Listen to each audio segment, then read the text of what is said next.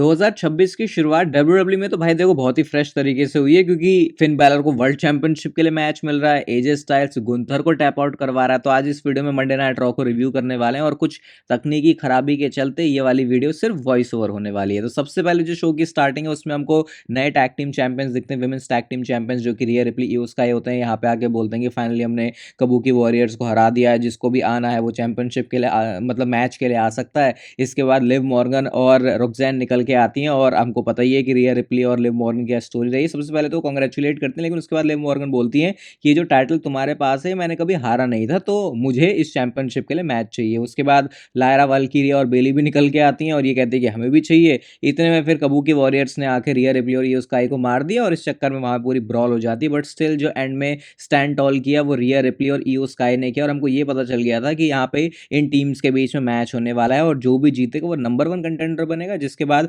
Saturday nights main event में इनका match होगा। तो ये जो अब मेरे को तो लगता है कि रिया रिप्ली और ईओ स्काई के पास अभी जो टाइटल है वो बहुत टाइम तक रहने वाला है, क्योंकि जिस तरीके से इनकी टीम थी, अगर एक बार चैंपियन अब बन रहे हैं तो शायद डब्ल्यूडब्ल्यू इसको लॉन्ग टर्म के लिए लेके जाने वाली है। इसके बाद बैक स्टेज से एक सेगमेंट था जो कि एजे स्टाइल्स का था और यहाँ पे हमको ऐसा हाइप किया जाता है क्योंकि आज शो पर मैच होने वाला है एजे स्टाइल्स वर्सेस गुंथर का। तो एजे स्टाइल्स कहते हैं कि I am gonna make Gunther tap out like a little bitch. और क्योंकि आज का भी शो जो है यूएस से नहीं था, यूएस के बाहर से था, ओवरसीज था, तो फिर जो क्राउड की एनर्जी है वो बहुत मस्त थी, जैसे हमने स्मैकडाउन में ही फील किया था। उसके बाद शो पर मैच आता है जिवॉन वर्सेस अमेरिकानो के बीच में। और भाई देखो यहाँ पे मेरे को एक चीज़ समझ में नहीं आ रही, एक चीज़ अच्छी नहीं लग रही कि जिवॉन के पास जो स्पेशल उनका टैलेंट है वो है उनकी हाई फ्लाइंग स्किल्स, जो कि बाकियों के पास भी है, लेकिन उनके पास थोड़ी अलग है, थोड़ी बेटर है। तो उनको अगर मेन रोस्टर में लेके आ रहे हैं भाई, तो उनको हाई फ्लायर्स के साथ मैच मत लड़वाओ, वरना वो सेम सेम से ही लगेंगे दोनों की, जैसे कि हम कोई एनएक्सटी का मैच देख रहे हैं, नॉर्मल सा ही वो फील होता है। अगर सोचो जवान को आते ही ये किसी जैसे शेमस जैसे बंदे के साथ भी अगर मैच दें, अभी ऑब्वियसली शेमस क्योंकि फिट नहीं है तो वो हो नहीं सकती, मैं एग्जांपल के लिए बोल रहा हूं, तो शायद वो चीज़ बेटर होगी, वो ज़्यादा अच्छे से स्पॉटलाइट में लेके आ पाएगी जवान को। अब ऐसे मैचेस में तो भाई वो फिर एक रैंडम से ही बंदे लगेंगे, तो मुझे लगता है कि ये थोड़ा सा उनको चेंज करने की ज़रूरत है जिस तरीके से जवान को बुक कर रहे हैं। कटर उन्होंने अपना लगाया अच्छा खासा, वो जो लगाते हैं कॉर्नर से भाई बहुत ही कूल लगता है हमेशा वो देखने में। मैं तो सोच रहा हूँ कि सामने वाला जो बंदा है जो फिनिशर ले भी रहे होता है उसकी भी थोड़ी सी आफत आई रहती है कि भाई सही तरीके से इस मूव को मैं एग्जीक्यूट कर सकूँ, उसके बाद मैच तो वो जीत जाते हैं। लेकिन सारे अमेरिकानोज ने मिलकर जो है मारने की कोशिश करी, लेकिन वो एक तगड़ी वाली जंप मार के, क्योंकि बंदे को कूदना बहुत अच्छा आता है, वहां से जिवॉन भाग जाते हैं। इसके बाद हमको बैक स्टेज से एक सेगमेंट दिखता है जहाँ पे एडम पियर्स और पॉल हेमन होते हैं और एडम पियर्स ने पहले ही पूछ लिया कि ब्रॉन ब्रेकर कहाँ है, क्योंकि उनको पता है भाई कि Bron Breakker last Monday night raw में चैंपियनशिप मैच हारा है, तो भाई ये तो पागलों की तरह आएगा। तो वो पहले ही बता देते हैं कि देखो बैड इंटेंशन है तो पहले ही निकल जाओ यहाँ से। उसके बाद एडम पियर्स ने ये भी क्लियर कर दिया कि भाई मेरा मूड सही नहीं है और आज मैं कुछ भी टॉलरेट नहीं करने वाला हूं। तो इससे ये चीज़ तो क्लियर हो गई थी भाई कि आज विजन वाले कुछ ना कुछ तो ऐसा करने वाले हैं जो कि एडम पियर्स की नाक में बहुत ज़्यादा दम कर देगा। नेक्स्ट शो पर आते हैं हमारे world heavyweight champion CM Punk. CM Punk enter करते हैं क्राउड की एनर्जी के साथ, वो जो उनकी एंट्रेंस है वो और भी ज़्यादा कूल लग रही थी। और यहाँ पे आके सीएम पंक बोलते हैं कि देखो मेरा प्लान तो हमेशा हमेशा ही अब यहाँ से चैंपियन रहने का ही है, लेकिन कुछ भी हो सकता है इस रोड टू रेसलमेनिया में, तुम मेरे फ्रेंड कोडी रोड से पूछ सकते हो। यहाँ पे मेंशन नहीं किया वैसे ड्रू मैकिंटायर को सीएम पंक ने, जो कि कर देते तो थोड़ा बढ़िया रहता। वैसे तो भैया तो बड़ी स्टोरी लाइन से अलग अलग बातें कर लेते, तो यहाँ पे तुम्हें जहाँ बात करनी चाहिए थी वहाँ तुमने बात करी नहीं।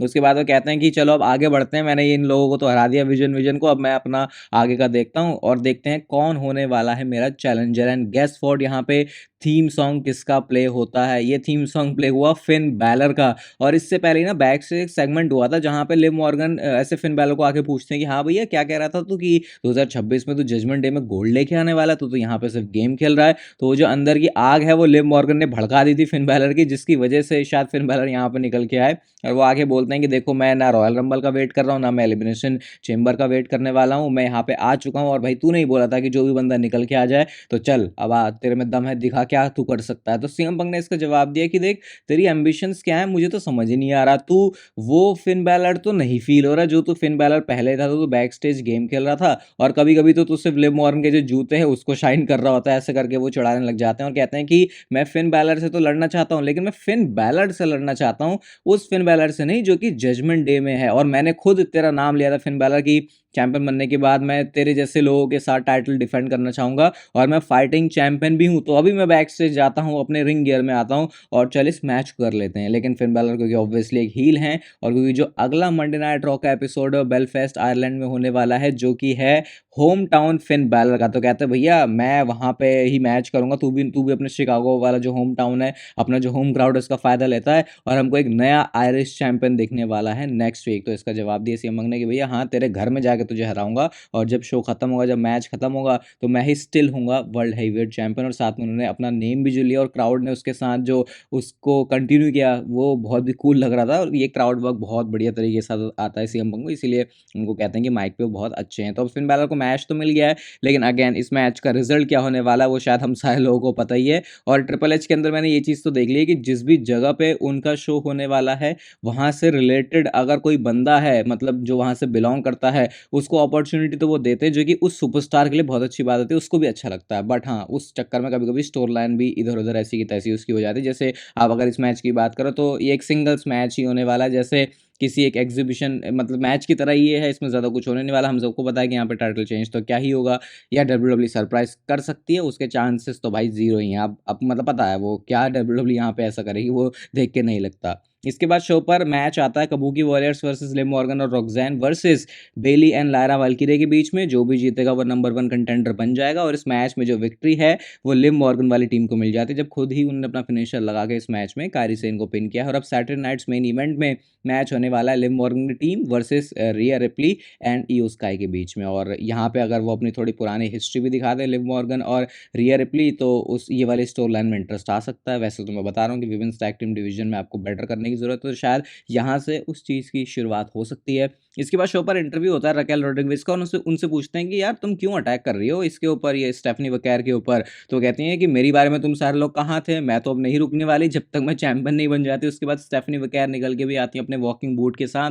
पहले तो रकेल रोड्रिग्विज चली गई, लेकिन वो सिर्फ उनको ट्रैप करने के लिए था, क्योंकि उसके बाद आके उन्होंने उसी वॉकिंग बूट पे जो उनकी नी में प्रॉब्लम है, जो उनके एंकल में प्रॉब्लम है, वहीं पे उन्होंने उनको मारा है। और उसके बाद बेल्ट से भी मारा भाई, और वो बेल्ट भारी भरकम होती है तो वो खिंचा के उन्होंने पूरी जोर से मारा वहाँ पे, जहाँ पे ऑलरेडी थोड़ी कॉम्प्रोमाइज है स्टेफनी वकैर। तो ये फ्यूड मुझे देख के अच्छा लग रहा है कि इसको थोड़ा पर्सनल बनाने की कोशिश कर रहे हैं। ये देखो, ये ऐसे आप एक एक फ्यूड को अच्छा बनाते हो जहाँ पे आप कुछ स्टोरी दो, तो स्टोरी यहाँ पे मेरे को तो लग रहा है कि गुड इनफ है जो कि इस मैच के लिए फैंस को एक्साइट करे। बट अब देखते ही हैं कि क्या डब्ल्यूडब्ल्यू वो ट्रिगर पुल करेगी कि वो रकेल रोड्रिग्विज के को चैंपियन बनाए, क्योंकि जिस हिसाब से उनके पिछले कुछ हफ्तों में बुकिंग हुई है देख के ऐसा लग तो रहा है कि शायद डब्ल्यूडब्ल्यू कुछ सीरियस होके सोच रही है रकेल रोड्रिग्विज के बारे में। नेक्स्ट मैच आता है इसके बाद शो पर Austin Theory and Bronson Reed versus Dragon Lee and Penta के बीच में। और भाई मैं इतना ज्यादा डिसअपॉइंट हूं ना यहाँ पे एक चीज से, पहले हुआ क्या वो बताता हूँ। सबसे पहले तो भाई इस मैच की मेन कहानी यही है कि ब्रॉन ब्रेकर को यहाँ पे आके तूफान अपना लेके आना था। और क्या आज हमने जो स्पीयर देखा है ब्रॉन ब्रेकर का, जो उन्होंने ड्रैगन ली को लगाया, वो उनका अब तक का सबसे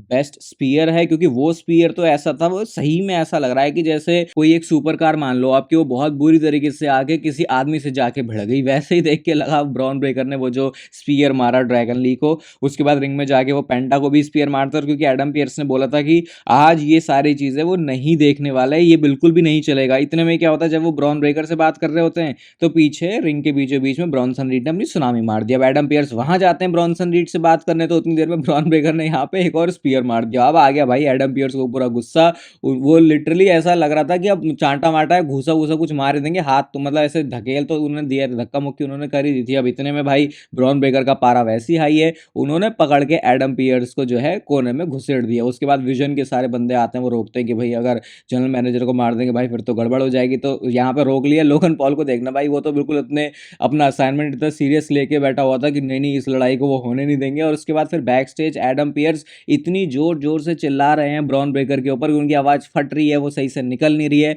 और यहाँ पे एडम पियर्स ने बोला कि इस हरकत की वजह से अब ब्रॉन ब्रेकर को सस्पेंड किया जाता है इंडेफिनेटली। और फिर इसके बाद ब्रॉन ब्रेकर को भी गुस्सा सा तो आ ही रहा था, लेकिन फिर पॉल हेमन वहां पे होते हैं और वो कहते हैं कि देख ये जो तूने किया है ना, वो तूने बहुत बड़ी मिस्टेक कर दी है। तो एडम पियर्स अपनी चौड़ में होता है, हाँ भाई क्या मैंने कर दिया, क्या उखाड़ लोगे तुम मेरा। वो कहते हैं कि सबसे पहले हाथ तूने उठाया था। तो अब अब शायद इस वाली चीज़ को ये स्टोरी लाइन में लेके आने वाला है। और मुझे आज ब्रॉन ब्रेकर के कैरेक्टर में जो काम है वो अच्छा लगा, लेकिन जो मैंने बिल्कुल स्टार्टिंग में आपको बोला कि एक चीज़ ने यहाँ पे डिसअपॉइंट किया, वो है ऑस्टिन थ्योरी के साथ तुमने किया क्या भाई? तुमने उसकी हाइप बनाई, ये किया, वो किया, अब तुम ऐसे ही उसको मैच में डाल दे रहे हो। ये एकदम से जो स्टॉक गिर जाता है ना सुपरस्टार्स का, आते ही 1 हफ्ते तो ऐसा लगता है ओ भाई क्या होने वाला है, लेकिन उसके बाद ऐसे ही तुम उसको बेसिक बेसिक बिल्कुल इतनी बुकिंग दे देते हो कि देख के लगता है कि यार अच्छा ठीक, इससे बढ़िया तो तुम शो पे फीचर ही ना करो सुपरस्टार को, मैं तो ये बोलूँगा। तो मेरे को तो सही नहीं लगा भाई जैसे ऑस्टिन थ्योरी को बुक किया, वो अलग से कोई स्टैंड आउट ही नहीं कर रहे, स्पेशली तब जब पूरे मास्क मैन वाली स्टोरी करके उनको वो लेके आए थे। तो ये चीज़ में डब्ल्यूडब्ल्यूई को सही ध्यान देने की ज़रूरत है, वरना हाइप डेड ऐसे ही हो जाती है। अगर आप मेरी बात से एग्री करते हो तो मुझे कमेंट सेक्शन में ज़रूर बताना। और फिर आता है शो का मेन इवेंट मैच, जो कि था एजे स्टाइल्स वर्सेस गुंथर के बीच में। और यहाँ पे मेन कहानी यही है कि भैया एजे स्टाइल्स को बदला लेना है जॉन सीना का। यहाँ पे भी हार्ड हिटिंग मैच ये था, सीना वाला इमोट गुंथर फिर से कर रहे हैं चिढ़ाने के लिए क्राउड को, एजे स्टाइल्स को। एजे स्टाइल्स ने यहाँ पर पावर बॉम्ब के ऊपर किकआउट किया, और भाई इस मैच में मूवमेंट आता है जब एजे स्टाइल्स ने टैप आउट करवा दिया गुंथर को अपने सबमिशन मूव काफ क्रशर के साथ में। और भाई ये तो आप गुंथर को करवा रहे हो, ये वो बंदा है जिसने जॉन सीना को टैप आउट करवाया, जिसने आज तक कभी डब्ल्यूडब्ल्यूई में अपना ये जो सुपर सीना वाला है, जो हीरो वाला जॉन सीना वाला जब से कैरेक्टर आया था तब से टैप आउट नहीं किया था। लेकिन वो टैप आउट गुंथर ने इतनी चालाकी से किया कि रेफरी ने वो चीज़ देखी नहीं। अब क्योंकि एजे स्टाइल्स के हिप पे किया था उन्होंने टैप आउट, मतलब उनके साइड हिप के साइड में वैसे टैप कर रहे थे, तो एजे स्टाइल्स को लगा भैया मैं तो मैच जीत गया, तो वो खुश हो रहे हैं। फिर वो रेफरी को देख रहे हैं क्या हुआ भैया मैं मैच क्यों नहीं जीता। उसके बाद रेफरी जाके उधर अनाउंसर से बात करता है कि नहीं नहीं अभी टैप आउट नहीं हुआ, अभी इस मैच को अभी खत्म नहीं करना। उतने में ही क्योंकि ध्यान नहीं था रेफरी का, तो भाई गुंथर ने अपना हील टैक्टिक वाला मूव जो है वो यूज़ कर लिया और उन्होंने लो ब्लो लगाया। उसके बाद उन्होंने पावर बॉम्ब हिट किया और उसके बाद उन्होंने इस मैच में एजे स्टाइल्स को पिन कर दिया। और जाते जाते भी अगर आप गुंथर को देखोगे ना, तो देख के ऐसा लग रहा था कि ये ऐसा नहीं है कि गुंथर ने टैप आउट ही कर दिया, वो बहुत ही स्ट्रेटेजिक मूव था उनका कि भाई मेरे को दर्द हो रहा है यार, मैं ये अभी ऐसे छुपते हुए पीछे टैप आउट कर लेता हूँ, तो एजे स्टाइल्स को लगेगा कि हाँ भाई चलो मैच तो जीत गया मैं, और रेफरी ये चीज़ देखेगा नहीं तो भाई मैं बच भी जाऊंगा, उसके बाद मैं फ़ायदा भी उठा लूंगा, उसके बाद मैं मैच भी जीत जाऊंगा। तो इस तरीके से गुंथर ने टैप आउट तो किया, लेकिन उसको पूरा पूरा टैप आउट करना नहीं बोलेंगे, एटलीस्ट जैसा स्टोरी लाइन में दिख रहा है। तो ये करके फिर एजे स्टाइल्स भी मतलब चलो चलो एटलीस्ट ये तो बोल सकते हैं कि वो मेन इवेंट में है और थोड़ा सा रेलिवेंट अब वो नजर आ रहे हैं। आज की मंडे नाइट रॉ में देखो स्टार पावर की मुझे कमी लगी, और दूसरी चीज़ की, या तो अगर स्टार पावर नहीं है तो कुछ बहुत भयानक सी चीज़ करो, वो भी डब्ल्यूडब्ल्यू ने करनी है। तो बहुत ही बेसिक बेसिक सा था मंडे नाइट रॉ का एपिसोड, कुछ बुरा नहीं है मैं बोलूंगा, लेकिन एक एवरेज शो है जिसको रेट किया जाएगा 3.5 स्टार। बाकी आपको शो कैसा लगा वो आप कमेंट सेक्शन में बताना। इस वीडियो को अगर आप यहाँ तक देख रहे हो तो इसे लाइक कर दो, चैनल को सब्सक्राइब कर दो ऐसे और मस्त डब्ल्यूडब्ल्यू से रिलेटेड डेली कंटेंट के लिए इस चैनल पर। बाकी तब तक फिर लेते रहो जिंदगी के मजे।